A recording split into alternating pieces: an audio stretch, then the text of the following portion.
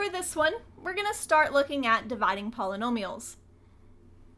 So first, remember that a term is anything separated by addition or subtraction. So my denominator here only has a single term. And as long as the denominator has a single term in it, we can split this fraction. So I'm going to rewrite it as 9x squared y to the fourth over 3x squared y to the fourth plus 6x to the fourth y to the eighth over 3x squared y to the fourth minus 6x to the fifth y to the fifth over 3x squared y to the fourth. Now we can simplify, and remember, when you divide, you subtract exponents. On the first term, 9 divided by 3 is 3, and we can see the x squareds cancel instead of the y to the fourth. For the second term, 6 divided by 3 is 2, and we subtract exponents. 4 minus 2 is 2. For y, 8 minus 4 is 4. 6 divided by 3 is once again 2, and we keep subtracting exponents. 5 minus 2 is 3, and 5 minus 4 is 1, and we typically don't write an exponent of 1. This one will be slightly more complicated since now the denominator has more than one term. And the only option here would be to use long division. We put the denominator on the outside and the numerator on the inside.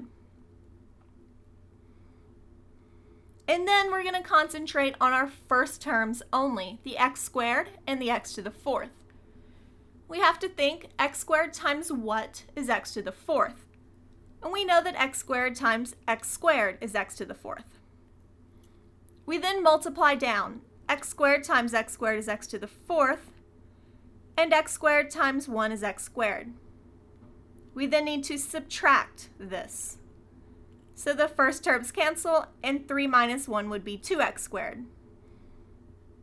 We bring the next term down to have plus 8. X squared times what is 2x squared? Well, 2. We then multiply again. 2 times x squared is 2x squared. 2 times 1 is 2. And once again, we subtract. 8 minus 2 is 6. So my answer is x squared plus 2, and the remainder gets put over the original denominator, x squared plus 1. Here, we want to factor. We'll start with the numbers and try to figure out what is the largest number that they all have in common. And if we look through, we can see they all have a 12 in common. We also know they all have x's and they all have y's, but how many? In general, we're looking for the smallest exponents, and the smallest exponent on x is 3. The smallest exponent on y is 4. Now we'll see what's remaining. 12 times 2 is 24, and we need to subtract out the exponents we removed. So 9 minus 3 is 6, and 9 minus 4 is 5. 7 times 12 is 84. 5 minus 3 is 2, and 6 minus 4 is 2. And then 4 times 12 is 48. I'm going to completely remove this x and y, so we're done. Once again, here we want to factor. The first step in factoring is always to see if you can pull anything out. And here we can't. These have nothing in common all the way across. So when we have 4 terms, our next step is to factor by grouping. I look at the first two and realize they have an x squared in common. When I remove that, I'm left with an x in the first term and a 5 in the second. I then go to the next 2 terms and realize they have a 9 in common, in particular a negative 9. When I remove that, I'm left with an x and then plus 5 since I removed the negative.